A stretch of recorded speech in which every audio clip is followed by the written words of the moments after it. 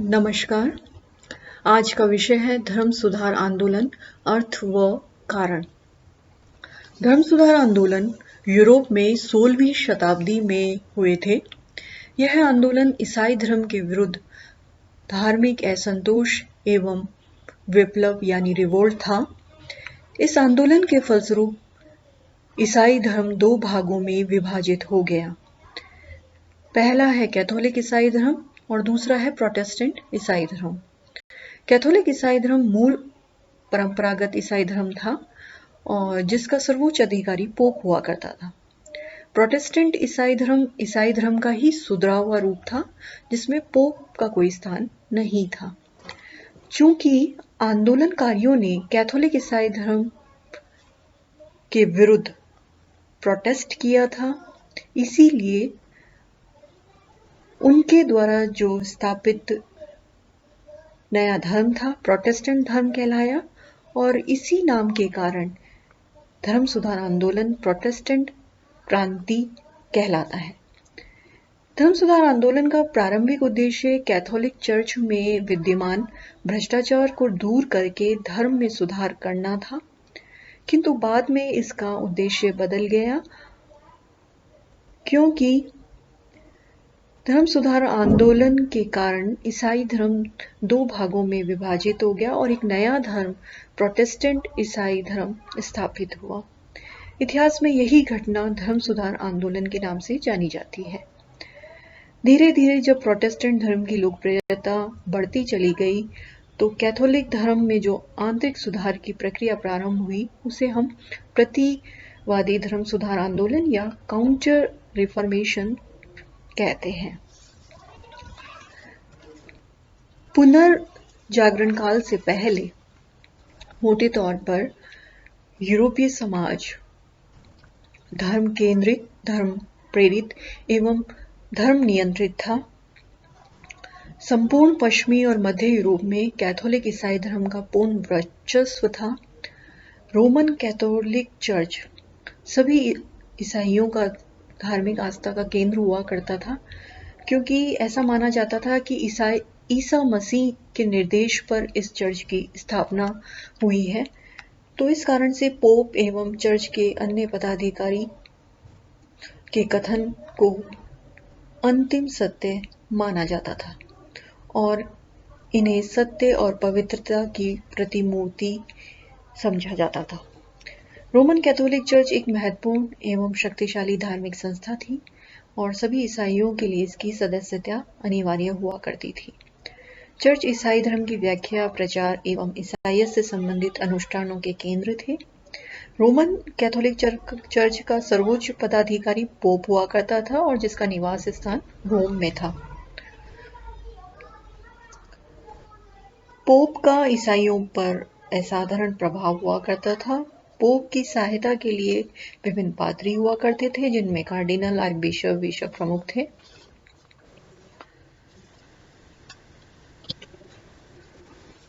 Pope एवं पादरियों का कार्य ईसाइयों को धर्म आचरण की ओर प्रवृत्त करना था। ईसाइयों की पाप मुक्ति या मोक्ष प्राप्ति के लिए पादरियों का निर्देशन आवश्यक माना जाता था।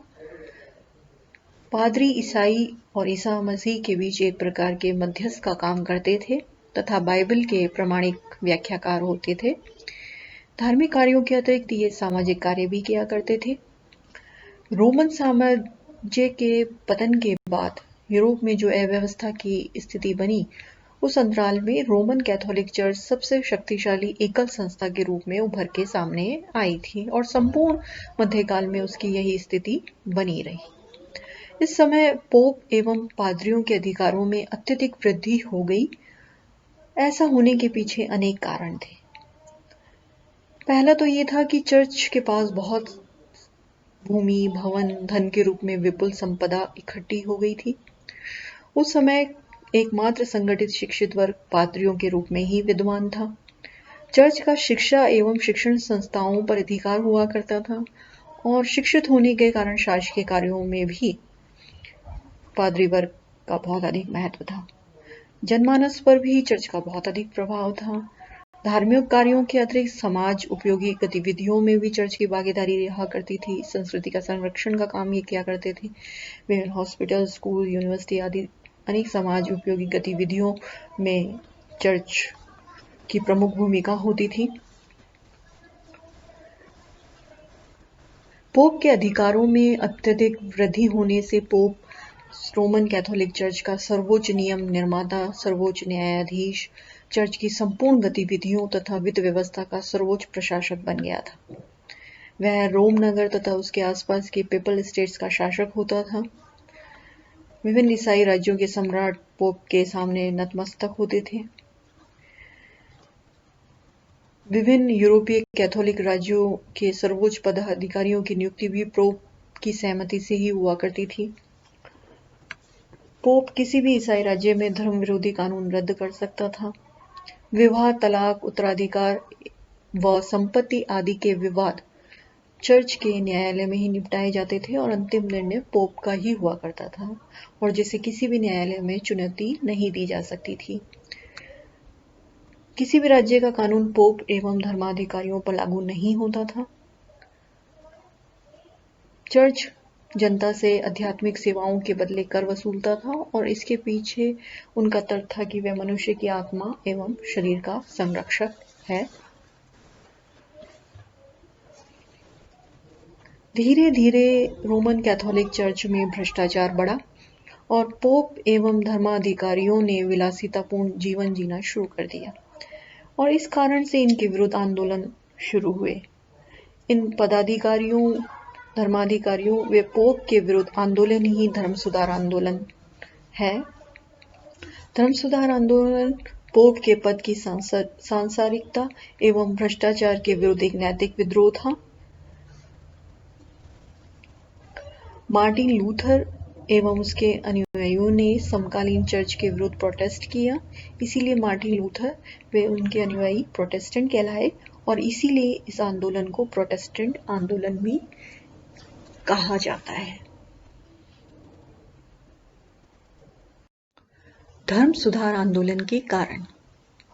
पहला कारण, चर्च संगठन के दोष। मध्यकाल से चर्च का संपूर्ण संगठन पूर्णतः दूषित हो चुका था। चर्च नियंत्रण एवं शोषण का शक्तिशाली साधन बन चुके था। चर्च ने एक विशाल श्रेणीबद्ध संस्था का रूप धारण कर लिया था और अपने वास्तविक उद्देश्यों को भुला दिया था। शासन एवं समाज के प्रत्येक क्षेत्र पर अंकुश लगाकर चर्च ने काफी शक्ति अर्जित कर ली थी। धर्म का चर्च से कोई संबंध नहीं रह गया था। इसका कारण यह था कि चर्च संस्कारों, बाह्य आडंबरों तथा दिखावे मात्र की पवित्रता पर अधिक बल देने लग गया था। बाइबल में उल्लेख है कि ऊंट का सुई के छेद से निकलना आसान है, पर किसी धनिक का स्वर्ग पहुंचना मुश्किल है। परंतु उसी बाइबल के व्याख्याकार भव्य राजमहलों में वैभव के साथ रहा करते थे। उनके व्यक्तिगत जीवन में सभी तरह के भ्रष्टाचार का प्रवेश हो चुका था। उदाहरण के लिए पोप अलेक्जेंडर सिक्स्थ न केवल चरित्र से भ्रष्ट था, बल्कि उसकी अनेक अवैध संतानें भी थीं। उसका उत्तराधिकारी जूलियस सेकंड की धार्मिक कार्यों में रुचि न होकर सैनिक कार्यों में उसकी रुचि थी। पोप लियो दशम पूर्ण रूप से भ्रष्टाचार में लिप्त था। प्रतिमाह 6000 ड्यूकेट जुए में वो खर्च किया करता था और धन के लिए बड़े से बड़े पाप करने में भी वो हिचकता नहीं था। उसने धन इकट्ठा करने के लिए चर्च के निर्माण तक का बहाना बनाया था। उसके न्यायालय में हर बुरे कार्य के दंड से बचने के लिए फीस वसूली जाती थी। यह स्थिति थी उनकी जो समाज के लिए सर्वोच्च आदर्श हुआ करते थे। भ्रष्टाचार सारे चर्च में व्याप्त था। ऊपर से लेकर नीचे तक सभी पदाधिकारी भ्रष्टाचार में लिप्त थे।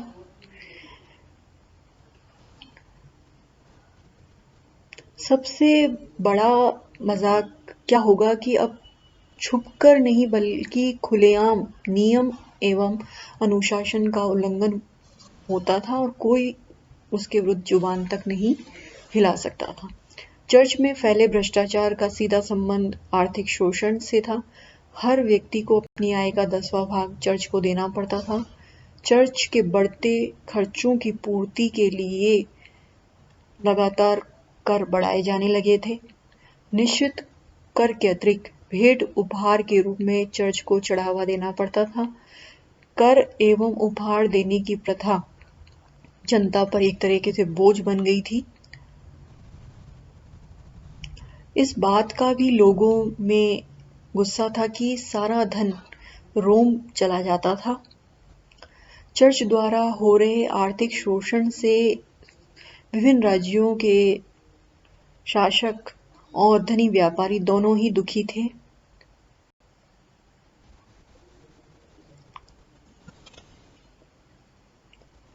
इस प्रकार जनता, व्यापारी, शासक आदि सभी चर्च के विरोधी हो गए थे। दूसरा कारण निरंकुश राजतंत्र का उदय एवं राष्ट्रीय चेतना का विकास। मध्यकाल में पोप को व्यापक राजनीतिक अधिकार प्राप्त थे, जैसे रोमन कैथोलिक चर्च को मानने वाले राज्यों में आंतरिक एवं बाह्य हस्तक्षेप, राजा को धर्म से बहिष्कृत करने का अधिकार, राज्यों में चर्च के अधिकारियों की नियुक्ति, किसी राज्य की जनता को राज्य के विरुद्ध विद्रोह करने का आदेश देना आदि। किंतु 16वीं शताब्दी के आरंभ में स्थिति बदल चुकी थी। शासकों ने सामंतों का दमन करके निरंकुश राज सत्ता की स्थापना कर ली थी। यूरोप के कुछ भागों में राष्ट्रीय राज्यों की स्थापना हो चुकी थी। इन सब में राजाओं की स्थिति, शासकों की स्थिति मजबूत हो चुकी थी। ऐसी स्थिति में पोप का हस्तक्षेप शासक कैसे स्वीकार करें? प्रत्येक शासक विधानों, न्यायालयों और करारोपण को राष्ट्रीय आधार पर स्थापित कर रहा था, किंतु पोप चर्च के विधानों, अदालतों का प्रशासन और चर्च के करों का संग्रह अंतर्राष्ट्रीय आधार पर करता था, जिसे शासक अपने अधिकारों के विरुद्ध समझते थे और वह चाहते थे कि चर्च के अधिकारियों समेत सभी अभियुक्तों पर राष्ट्रीय न्यायालयों में ही मुकदमे चलाए जाएं। शासक अपनी पूर्ण सत्ता चाहते थे और इस कारण से पोप के प्रति उनके मन में कटुता थी। तीसरा कारण है पुनर्जागरण का प्रभाव। पुनर्जागरण की बौद्धिक चेतना ने यूरोप वासियों को मध्ययुगीन मान्यताओं, जो धर्म के अंधविश्वासों और बंधनों में जकड़ी हुई थी, को समाप्त कर दिया और उन्हें एक स्वतंत्र एवं निडर विचारधारा प्रदान करी, जिसके फलस्वरूप उन्हें धर्म का सही स्वरूप समझने में वो सफल हुए। पुनर्जागरण ने व्यक्ति तथा संसार को समझने वाली शिक्षा का प्रचार किया और आलोचना तथा जांच की आवश्यकता पर जोर दिया। इससे शताब्दियों से जो स्थापित विश्वासों की नींव हिलने लग गई। धर्म सुधारकों ने रोमन चर्च के सिद्धांतों एवं अनुशासन के बारे में भी आलोचना एवं विचार विमर्श करने की आवश्यकता पर जोर दिया। पुनर्जागरण ने मध्ययुगीन धार्मिक पद्धति से दी जाने वाली स्कूली शिक्षा पर भी काफी प्रहार किया। यूनानी एवं लैटिन के अध्ययन एवं प्राचीन तथा नवीन टेस्टामेंट की आलोचना प्रक्रिया तथा छापेखाने के आविष्कार के कारण धर्म के गूढ़ तत्व सर्वसाधारण तक पहुंचने लगे और इस प्रकार के साहित्य के प्रचार ने सुधार आंदोलन की गति को बढ़ावा और प्रेरित करने में अपना महत्वपूर्ण योगदान दिया। अगला कारण शिक्षा का विकास। 15वीं शताब्दी के पूर्व तक यूरोपीय शिक्षा केंद्रों में केवल धार्मिक शिक्षा दी जाती थी, लेकिन पुनर्जागरण के बाद यूरोप में धर्मनिरपेक्ष विषयों का भी अध्ययन किया जाने लगा था और धर्मनिरपेक्ष शिक्षा के विकास से ईसाई धर्म की कुरीतियों को समझने में आसानी होने लगी। शिक्षा के विकास में छापे खाने का भी बहुत बड़ा योगदान रहा। 50 वर्षों के थोड़े से समय में ही यूरोप में लगभग 10 लाख पुस्तकें तैयार हो चुकी थी।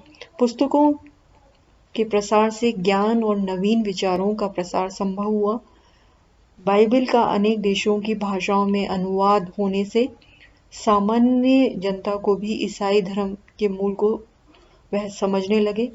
कई यूरोपीय राज्यों जर्मनी, फ्रांस और इंग्लैंड में नए नए विश्वविद्यालयों की स्थापना हुई और जो कालांतर में धर्म सुधार आंदोलन के अधिकांश नेताओं की गतिविधियों के केंद्र बने। अगला कारण है व्यापार का विकास, व्यापारिक मध्यम वर्ग का उदय। पुनर्जागरण काल में व्यापार वाणिज्य का बहुत अधिक विकास हुआ। समृद्ध नगरों एवं संपन्न व्यापारिक मध्यम वर्ग का उदय हुआ। आर्थिक रूप से समृद्ध व्यापारिक वर्ग व्यक्तिवाद एवं स्वतंत्रता का पोषक बन गया। उन्हें अपने जीवन में चर्च की गतिविधियों का आधिपत्य स्वीकार नहीं था। उन्हें चर्च का यह नियम भी पसंद नहीं था कि सूद पर न कर्ज लेना चाहिए न देना चाहिए। इस व्यापारी मध्यम वर्ग ने धर्म के मामलों में पादरियों की मध्यस्थता को स्वीकार नहीं किया। उन्हें विश्वास था कि आर्थिक समृद्धि के भांति ही आध्यात्मिक लाभ भी व्यक्ति द्वारा स्वयं ही प्राप्त किया जा सकता है। पुनर्जागरण काल में हुए आर्थिक परिवर्तनों से लाभान्वित व्यापारिक वर्ग ने जहां एक ओर चर्च की शक्ति को कमजोर करने के लिए शासकों का साथ दिया, वहीं दूसरी ओर उन्होंने धर्म सुधार आंदोलन को भी अपना भरपूर भावनात्मक सहयोग भी प्रदान किया। तात्कालिक कारण, पाप मोचन पत्रों की धर्म सुधार आंदोलन का तात्कालिक कारण था सन 1517 में पोप के प्रतिनिधि टेडजेल द्वारा पाप मोचन पत्रों की बिक्री। चर्च की ओर से टेडजेल द्वारा इन पाप मोचन पत्रों को धन इकट्ठा करने के लिए बेचा जा रहा था और यह कहा जा रहा था कि इनको खरीदने वाला व्यक्ति पैसा खर्च करके पाप मुक्ति हासिल कर सकता है। भ्रष्टाचार के इस खुले खेल के विरोध में मार्टिन लूथर ने अपना विरोध पत्र 95 थीसिस के नाम से वीटनबर्ग के चर्च पर लटका दिया और मार्टिन लूथर के इस कार्य से ही धर्म सुधार आंदोलन का सूत्रपात माना जाता है। धन्यवाद।